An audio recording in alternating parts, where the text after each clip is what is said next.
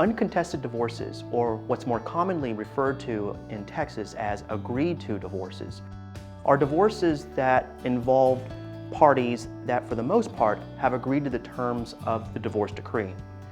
But a lot of clients, a lot of prospectives have a misunderstanding as to what an uncontested divorce is, or really a misunderstanding as to how complex they can be. And largely it depends.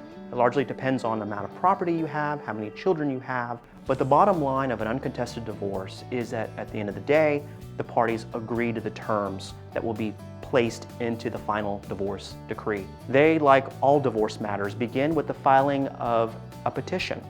But the difference between an uncontested divorce and a litigated divorce is that the responding spouse doesn't have to file a written answer necessarily.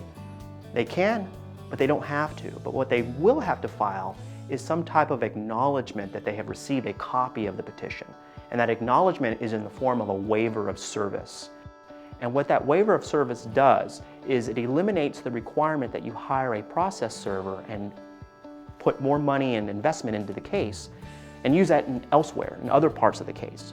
So now you're able to file a waiver of service to show or acknowledge to the court that you've received a copy of the petition. And once that is filed with the court, then the parties can get together and start going over the terms, the agreed to terms that will be placed into the final divorce decree.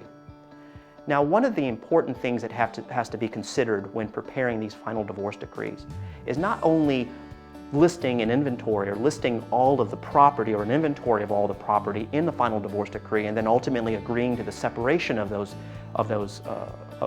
that property.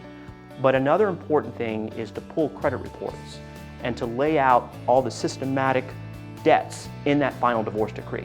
So to make sure that all the debts are covered, all the assets are covered, and of course the conservatorship issues over the children, all that must be agreed to and ultimately added to the final divorce decree.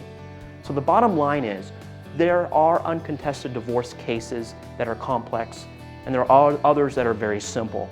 But you need an experienced attorney to support you and help you and guide you every step of the way.